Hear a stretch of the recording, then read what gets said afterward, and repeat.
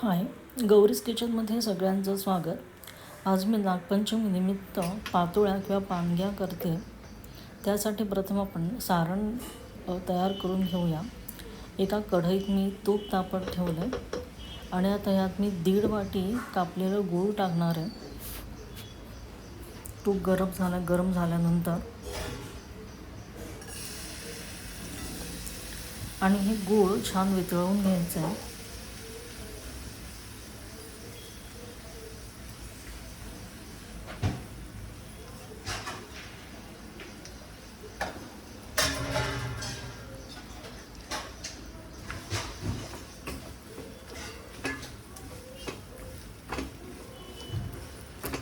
या पदार्थाला वेगवेगळ्या ठिकाणी वेगवेगळी नावे आहेत. काही जण पानकी तर काही जण पातोळ्या म्हणतात. आता आपलं गूळ वितळलेलं आहे आणि आता मी 2 वाट्या ओल्या नारळाचा चव टाकणार आहे आणि हे छान मिक्स करून घ्यायचं आहे आणि यातलं पाणी सुकेपर्यंत शिजवून घ्यायचं आहे.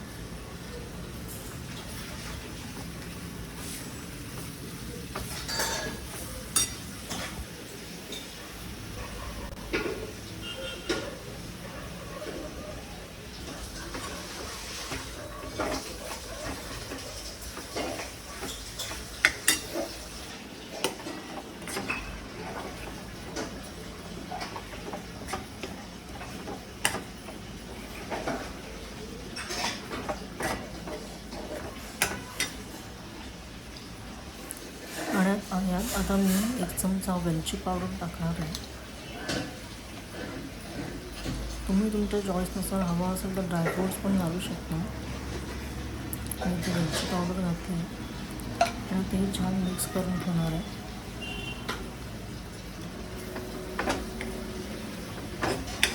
आणि आपलं सारण तयार आहे.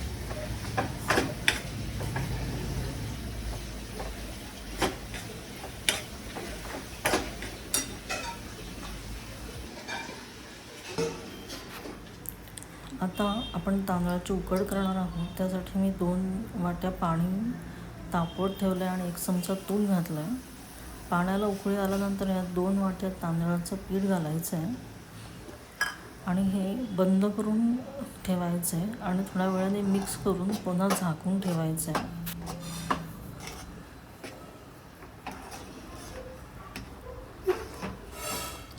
अशा प्रकारे मिक्स करून पुन्हा 5 मिनटं झाकून ठेवायचं आहे.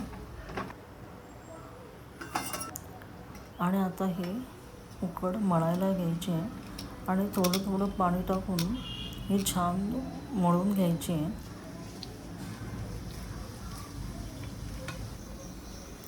या कन्सिस्टन्सीपर्यंत आपल्याला मळून घ्यायचं आहे पीठ.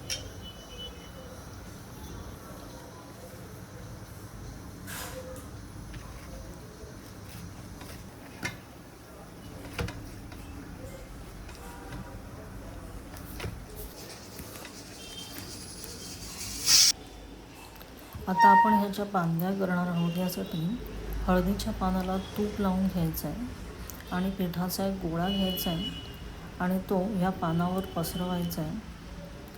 पसरवताना पाण्याचा हात लावायचा आहे म्हणजे तो गोळा असा पसरला जातो चांगला. आणि आता यामध्ये आपण तयार केलेलं सारण भरणार आहोत.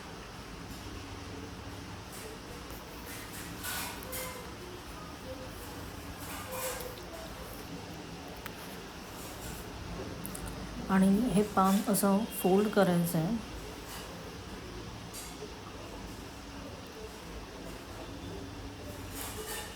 आणि बंद करून घ्यायचं आहे.